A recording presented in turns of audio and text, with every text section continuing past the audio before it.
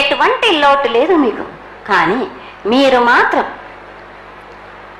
ఆనందంగా సంతోషంగా ఉండండి. ఎటువంటి అనుమానాలు పెట్టుకోకండి.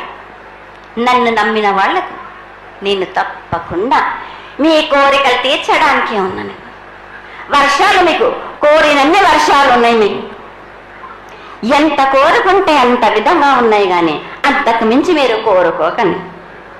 అమ్మా, నీ ఆశీర్వాద బలం ఉన్నంత వరకే మాకు సంభవిస్తాయి. దీనిలో ఏమాత్రం సందేహం లేదు. మా తెలంగాణ ప్రజలందరినీ ఎంత ఆనందంగా నువ్వు ఆశీర్వదిస్తున్నావో, లోకంలోని ప్రజలందరినీ కూడా అలాగే ఆశీర్వదిస్తున్నావు.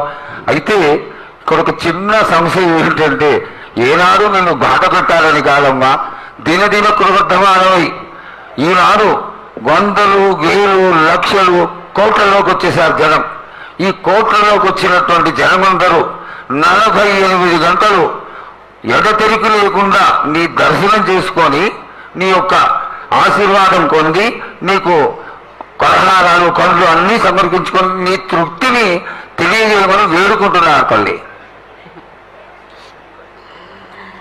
నన్ను దాటి రావాలంటే, నా వద్దకు రావాలంటే ఆ మాత్రం కూడా కష్టం లేకుంటే ఎట్లా బాలక?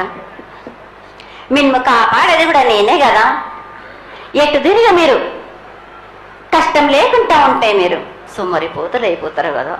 ఆ మాత్రం కూడా మీరు కష్టపడాలి కదా నా వద్దకు రావడానికి కూడా.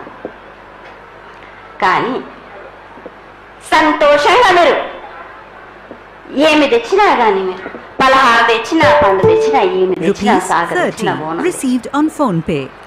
ఆనందంగా అందుకునే భారం కూడా నాది. అమ్మ, చాలా సంతోషం తల్లి. ఇంతవరకు చక్కటి ఆశీర్వాదాన్ని ఇచ్చావు. నువ్వు ఏమి కోరుకుంటున్నావు? నీకు ఇంకా ఏమన్నా మేము చేయాల్సినది ఉన్నదా? ఏటేటి నుంచి మీరు నా రూపాన్ని పెట్టాలని అనుకుంటున్నారు కదా బాలక. నా రూపాన్ని మట్టుకు పెట్టండి మీరు. కానీ ఎటువంటి ఆమె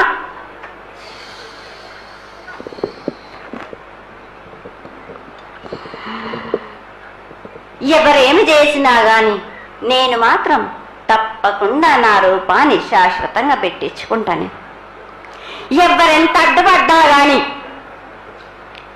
ఎవరేం కోరుకున్నా గాని నా రూపం మట్టుకు తప్పనిసరిగా నేను నిలబెట్టుకుంటాను. అమ్మా, ఇది ఆశీర్వాదమే కాదు, నీ ఆజ్ఞగా భావించి పెద్దలందరూ, ఆలయానికి సంబంధించిన పెద్దలందరూ దీని యొక్క ఏర్పాట్లలో సన్నద్ధమై వెనకాల కార్యక్రమాలన్నీ జరుగుతూనే ఉన్నాయి తల్లి. ఇక్కడ ఉన్నటువంటి ఆనాటి నుంచి వచ్చిన పెద్దల్లో మునిమన వాళ్ళైనటువంటి వాళ్ళందరూ